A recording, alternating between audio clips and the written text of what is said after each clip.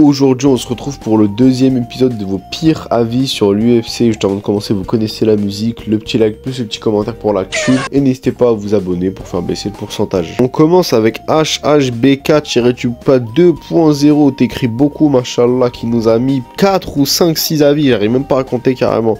On commence avec le premier. Cyril Gane est l'un des meilleurs strikers de l'UFC, toutes catégories confondues. Il a gagné contre Ngannou. Totalement d'accord. Alors, dire qu'il a gagné contre Ngannou, c'est abusé, je pense. Mais totalement d'accord sur le fait que c'est l'un des meilleurs strikers de l'UFC. McGregor est largement surcoté comparé à ses performances. Totalement d'accord. Khabib est une fraude. Étant donné qu'il n'y a pas d'argument derrière, je suis totalement en désaccord. Mais j'aimerais bien avoir tes arguments pour savoir. Topuria est le meilleur combattant de l'année 2024. Il mérite son title shot en lightweight. Oui, c'est le meilleur combattant de 2024. Largement, c'est lui qui a fait les meilleures performances. Il y en a qui parlent d'Alex Pereira. N'oubliez pas qu'Alex Pereira, frérot, il a juste battu un mec qui venait juste de mettre KO en parole de Jiri Prochazka. Certes, il a défendu contre Jamal Hill, qui lui était un vrai ex-champion. Mais ensuite, on lui a donné le numéro 8 de la catégorie, il s'agirait de doser. Par contre, dire qu'il mérite son title shot en lightweight, c'est totalement faux. Il a fait une défense et il a jeté sa ceinture, il a dit « ça y est, donnez-moi un title shot ». Il ne le mérite absolument pas. Il y en a qui me diront « oui, bah dans ce cas-là, on fait pareil avec Islam Makhachev, faut qu'il fasse un combat en welterweight pour prouver ». Frérot, Islam Makhachev, il a 4 défenses. Je pense que j'ai pas besoin de parler plus. Ensuite, il nous dit « il n'y a aucun match, Dricus du Plessis écrase tranquillement Khamzat Chimaev ». Khamzat Chimaev par soumission premier round. J'aimerais bien savoir c'est quoi vos arguments sur qui pense que Dricus gagne. J'ai jamais vu un seul mec me donner des arguments pour me dire que Dricus gagne. À chaque fois c'est je pense. Frérot, donnez-moi un argument, j'aimerais bien savoir. Parce que pour vous dire, Robert Whittaker, qui est plus impressionnant physiquement que Dricus du Plessis, a réussi à faire un takedown à Dricus du Plessis d'une manière extrêmement facile. Et pour vous dire, Khamzat a lavé ce mec. Alors imaginez ce qui va se passer avec Dricus. Et ensuite on termine avec le dernier avis, la sueur est le média qui a le plus contribué à la montée du MMA en France. Je suis totalement d'accord. Il y en a plein qui sont en train de cracher sur la sueur en mode ouais, il divulgue des fausses informations parfois, etc. Frérot, c'est littéralement le média numéro 1 en France. Surtout que la plupart qui sont en train de critiquer, même eux ils sont abonnés à la sueur. Même moi je suis abonné à la sueur. Certes, je regarde les informations en anglais surtout parce que c'est plus rapide, mais la sueur, c'est ceux qui divulguent les informations les plus rapidement. Donc franchement, merci à eux pour leur taf. On passe à Zalmario qui nous dit Nassourdine foudroie tous les jours Dricus du Plessis et Khamzat, même fusionnés. Alors que tu me dises qu'ils battent les deux, pourquoi pas, mais les deux fusionnés, ça dirait doser, frérot. Khamzat, déjà de base, il suffit à le soumettre au premier round, je pense. Mais Dricus du Plessis plus Khamzat à fusionner comme ça, c'est comme si tu me dis que Gohan enfant gagne contre Goget Tablou, frérot, il s'agirait de doser.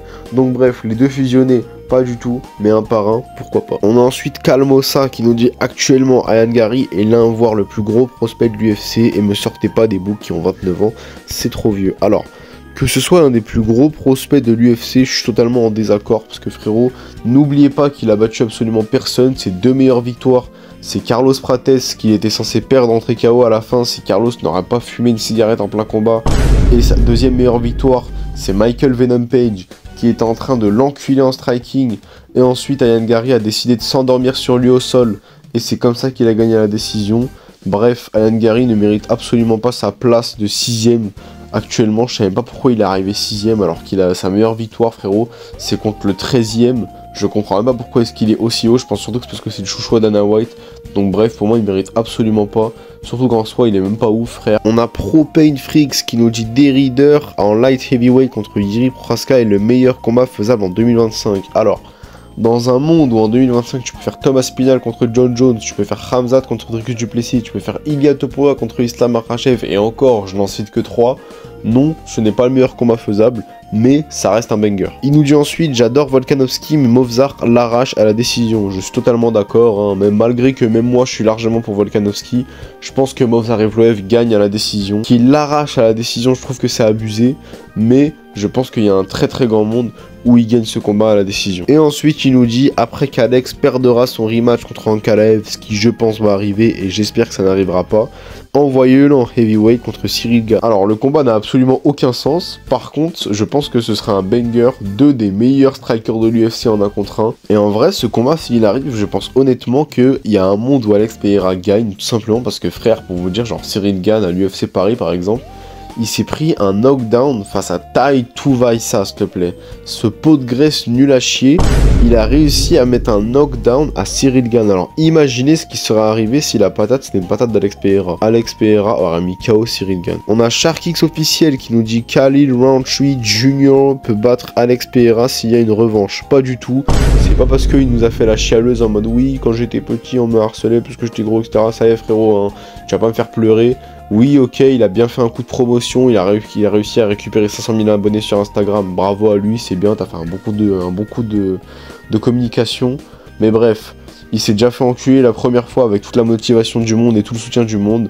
Il se refera enculer une deuxième fois, encore plus rapidement, Pereira par KO. Sharkix qui nous dit ensuite que Demetrius Johnson est le meilleur combattant de l'histoire. Pour moi, c'est Georges Saint-Pierre. Je pense que ça se joue largement entre les deux, c'est extrêmement serré. Mais je mettrais quand même Georges Saint-Pierre légèrement devant. On a c'est quoi son blaze? Bref, on a Code Wi-Fi qui nous dit Charles Oliveira est le GO des lightweight et il le restera jusqu'à la fin des temps. Dans un monde où si je t'en prends un que deux comme ça, t'as Khabib et Islam, ça j'arrête d'oser. Khabib l'arrache, Islam l'arrache, Charles Oliveira très bon combattant, mais GO des lightweight, ça j'arrête d'oser. On a Nagato Uzumaki qui nous dit que Dominic Cruz est le GO des bantamweight et personne d'autre. Je savais pas qu'il y avait un Uzumaki qui me suivait. J'espère que ça se passe bien dans le village de Konoha. N'hésitez pas à m'inviter dès que vous pouvez. Mais bref, Dominic Cruz, le GO des bantamweight, je pense que tu as oublié l'existence de Merab Dvalishvili. On passe à Liv Green qui nous dit Dricus du Plessis sera le champion le plus dominant de cette génération pound for pound parce qu'il met Islam dans une catégorie au-dessus. Laisse-moi rire frérot, Dricus du Plessis va se faire laver par Khamzat. Et si c'est pas Khamzat, ce sera Nassourdine. Ouais, c'est Greg qui nous dit les combattants sont beaucoup plus complets qu'avant. Georges Saint-Pierre, aujourd'hui, ne combattrait absolument personne. Qu'est-ce qu'il me raconte celui-là? Georges Saint-Pierre arrache tous les welterweight actuellement, Belal compris. Et il arrache également tous les lightweights, sauf Islam Makhachev et Belek, peut-être sauf Arman Tsarukyan, c'est tout.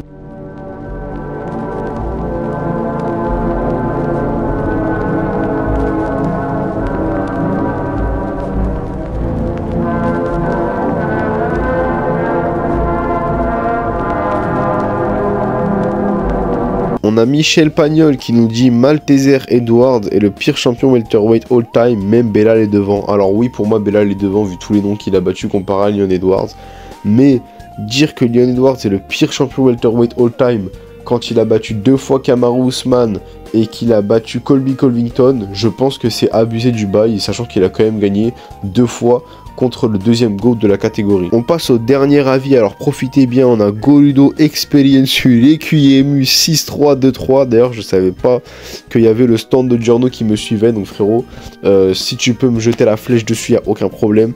Belal Mourhahamad est le pire champion de l'histoire des welterweight, il s'est chié dessus quand on lui a dit qu'il devait affronter Shavkat Rakhmonov, et c'est à la Tegra. Bref, alors Belal Mohamed est le pire champion de l'histoire des welterweight. Je pense que c'est actuellement faux.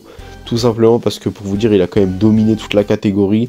L'UFC ne voulait absolument pas lui donner title shot, mais finalement il a quand même eu son title shot et il a gagné. Pour vous dire, dans son dernier combat contre Jack Della Maddalena, actuellement il a 36 ans Belal. Et s'il aurait fait du Belal, on sait tout ce qu'il aurait gagné, sauf qu'il a voulu plaire aux fans pour justement faire un beau combat. Mais il aurait juste dû faire du Belal frérot pour arracher Jack Della Maddalena.